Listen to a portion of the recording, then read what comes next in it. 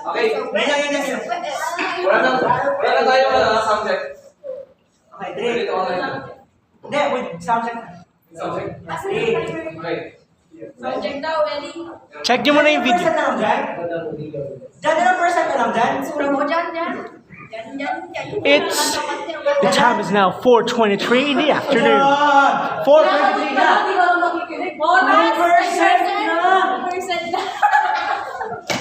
Magkakawin siya nagsisimula eh. 7 person. 7 person. 7 person. Sad person. Okay, Mac. 7, 3, 2, 1. On air. Once again, a pleasant afternoon, everyone. This is an Only-Dance broadcast. Easy Warriors. Isa na tatlo. Tatlo dalawang isa, Radyo Pinas Aksyon. 8:45 pagsubok sa aming kuramo. Ang magbalita. Magandang araw, Pilipinas! Para sa balitang lumas, susubukan ang pagkabulo. Para sa balita kapalakasan, Radyo Pinas Aksyon. Tatlong sa sinusubukan ang mikrofono. DCYX harap kamera.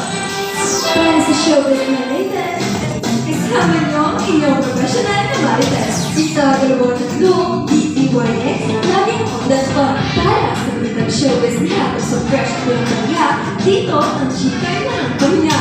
Hatid ng programa ng Radyo Pinas Aksyon para sa iyong minutong pagbabalita.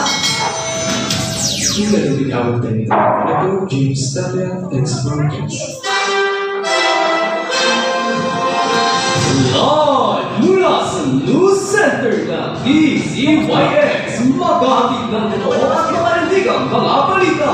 Ito ang Radyo Pinas Aksyon 8:45. Narito ang mga tagapagaliting balita. Sandigan ng tunay at balita. Hindi na pamalindigan ng katotohanan para sa masa. Ito ang Radyo Pinas Aksyon 8:45. Magandang araw, Pilipinas! Ako si Brent Manilas. Maya pa rin panahon pagbata, ako naman si Yomenese. Para sa pamalindigang balita. At para sa dapat na lingkod bayan, ito ang DCYX 8:45. Ang oras sa buong kabuluan ay alas 4 ng hapon. Sa puro naman nagbabagang balita ngayong araw ng Miyerkules, ika-8 ng Enero 2025. Hindi na pagwawalang visa sa search warrant ay yung sagot ibinasura ng korte. Master ship ng China, inalarma ng Philippine Coast Guard. Sanggol ng kabataan ng Barangay Palmayon nagsagawa ng regular session para sa taong 2025. Filipino boxer Nesty Bernasio sasabak na sa pag-ensayo box sa World Championship 2025. DCYX 8:45. Para sa liganin ng mga balita, ibinasura ng Seoul Western District Court ang piling na suspending ng detention at search warrant kay laban kay impeached South Korean President Yoon Suk-yeol. Matatandaan pinagribahan ng korte ang warrant na ikulong sa South Korean President Yoon para itanungin kaugnay sa kanyang pangalagang deklarasyon ng martial law na pinagdang ng Disyembre. Samantala, inagkahan ng corruption investigation for high-ranking officials na arestihin ng Pangulo sa kanyang tinutuluyan ngunit nabigo ng marami ng Presidential Security Service. Para sa iba pang balita. Master ship ng China sa exclusive economic zone ng Pilipinas, tinutukan ng PCG. Para sa Italia Nardo, si Christian Catuba. Christian, Correct dahil sa biglang pagsulpot ng master ship ng China ng Chinese vessel Final Zero 1 na sa exclusive economic zone ng Pilipinas, magkaroon deploy ng helicopter ng Philippine Coast Guard upang mapantayan ang naging ang nagkakaroon nito. Unang ramatang ng Chinese vessel ito lamang ito at nilugdas sa Malaysia. Dagdag pa rito, wala namang ginagawang pangalas ang lato ng presence sa mga Pilipinong mangingisda. Christian Catuba para sa Radyo Pinas Aksyon. Magbabalik ang Radyo Pinas Aksyon matapos ang isang paalala. Tulungan niyo po ang anak ko. Umabot na po sa 40 degrees sa lagnat niya. Nagsusukat na babalisan na rin po siya kung binibigyan ng tubig. Hindi po kaya nakakagin ng aso o pusa. Yun po kasi yung kadalasang sintomas ng rabies. Nay, nakagat po ako ng aso. Pasensya po, hindi ko agad sinabi sa inyo. Naku namang bata ka. Kapag nakagat ng aso, huwag kang matatakot, ipapigay alam ito. Magdipahinga at alis ko. Kundi ganito, siguradong pwede ka. Sa iyo, sila na nila sa tatlong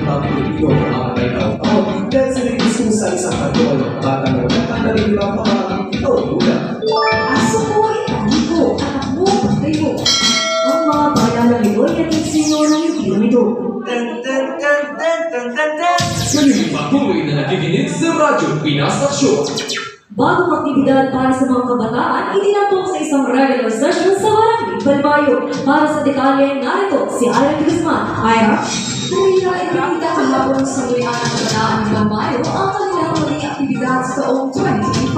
Kabilang sa kanilang mga programa, educational programs, sports tournaments at mga proyektong pangkalikasan.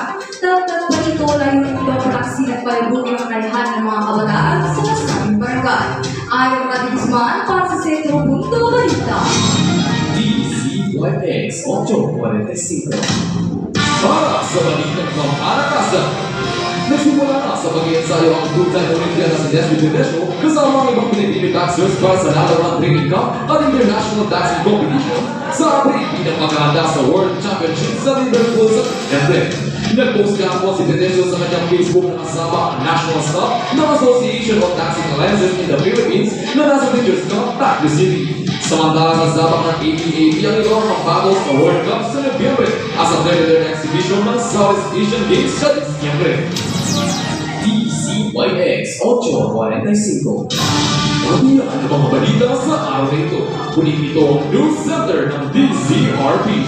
Maghatid ng totoo at mapanitigang mga balita. Ako si Brent Manimas. At ako naman si Ria Meneses na nagsasabi sa tapat ng pagbabalita Mga buhay banda. First play.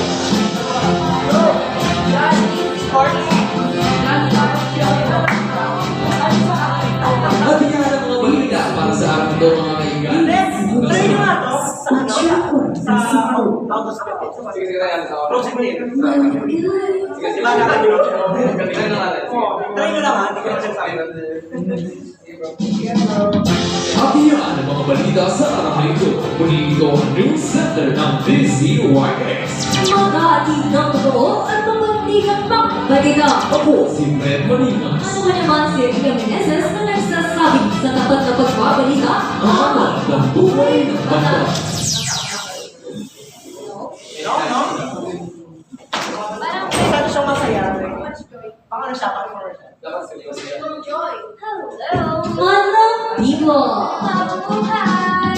Oh, yeah!